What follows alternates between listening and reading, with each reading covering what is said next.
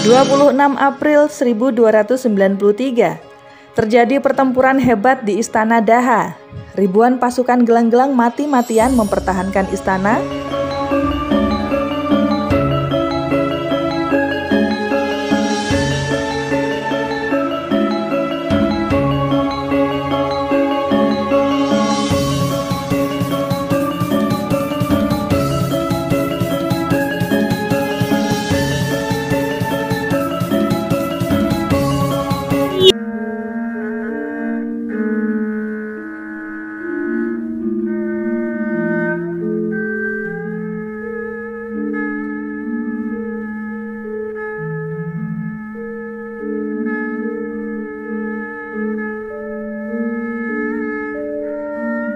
Rahayu, salam budaya, salam Nusantara.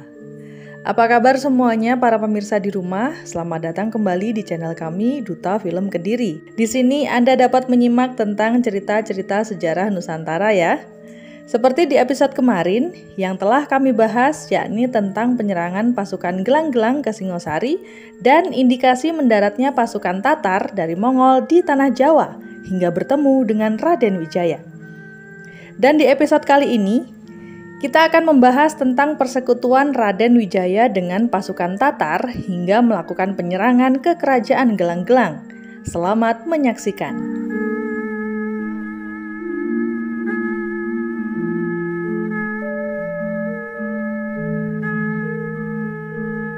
Pada 8 April 1293, pasukan Yuan berkumpul di Sungai Berantas untuk menuju ke Gelang-Gelang.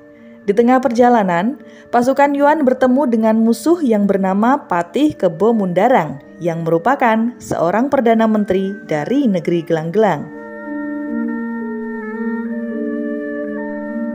Namun saat itu, Kebo Mundarang malah pergi melarikan diri meninggalkan kapal-kapal perangnya. Akibatnya, 100 kapal besar berhias kepala setan milik negeri Gelang-Gelang berhasil direbut oleh pasukan Tatar. Pada 14 April 1293, pasukan Gelang-Gelang datang menyerang Raden Wijaya ke Majapahit. Tak hanya itu, ternyata pasukan Gelang-Gelang yang terpancing oleh umpan Raden Wijaya kemudian mendapatkan serangan balik di malam hari sesaat setelah penyerangannya terhadap Raden Wijaya. Sedangkan pasukan Kausing berhasil menewaskan ratusan prajurit Gelang-Gelang yang bertempur di sebelah tenggara.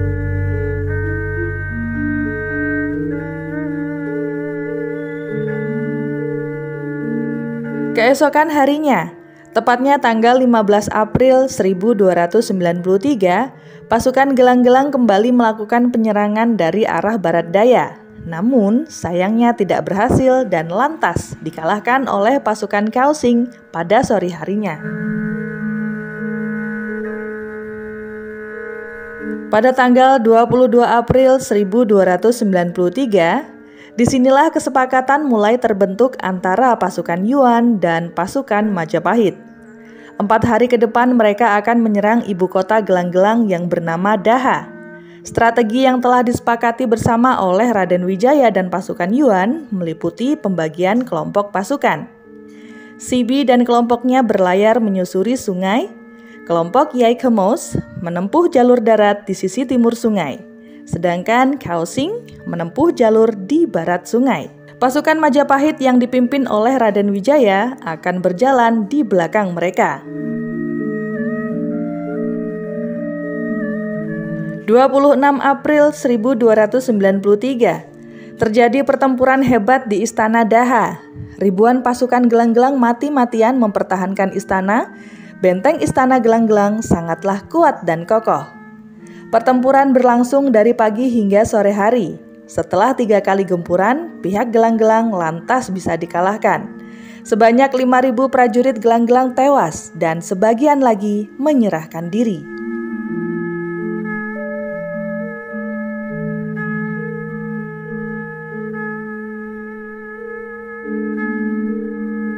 Jayakatwang pada sore hari keluar dan menyerahkan diri dan kemudian ditawan beserta keluarganya oleh pasukan Tatar.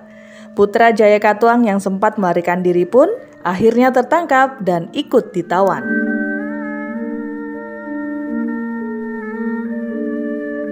Sesuai kesepakatan yang telah disetujui kedua belah pihak antara Raden Wijaya dan tentara Tatar, pada 9 Mei 1293, Raden Wijaya pamit pulang ke Majapahit dengan alasan ingin mempersiapkan surat takluk dan upeti ke Kaisar Sizu atau Kublai Khan. Hal ini sempat dicurigai oleh Kausing. Lantas Kausing mengerahkan 200 pasukan Tatar serta 2 orang perwira mengawal Raden Wijaya ke Majapahit.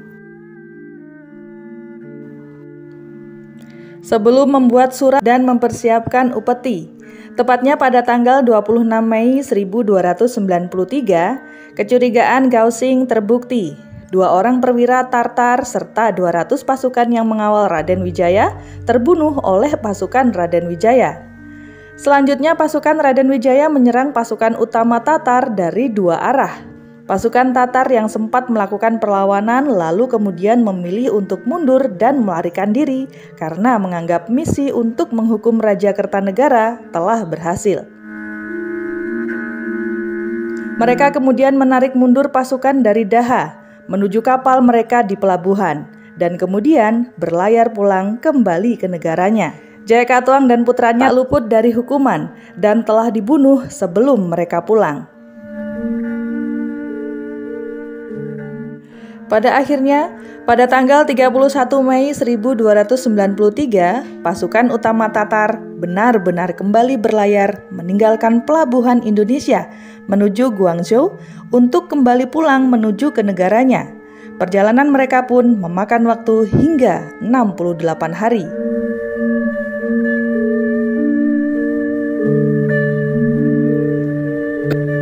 Hasil rampasan perang selama di Pulau Jawa diantaranya perhiasan emas, dupa, wewangian, kain, cula badak, rempah-rempah, gading, dan lain sebagainya.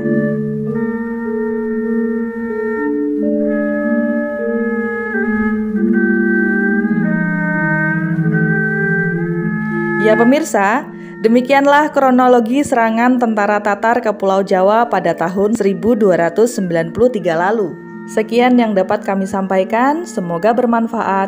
Salam budaya, Rahayu.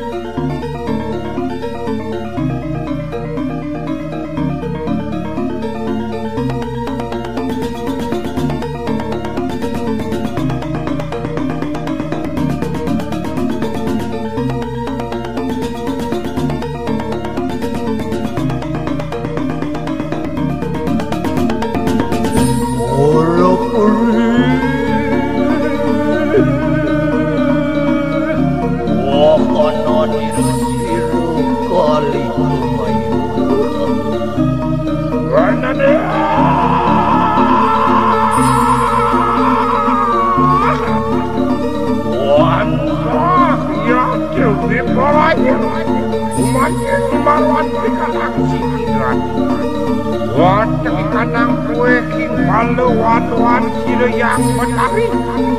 Berede, uri lampah sila kali.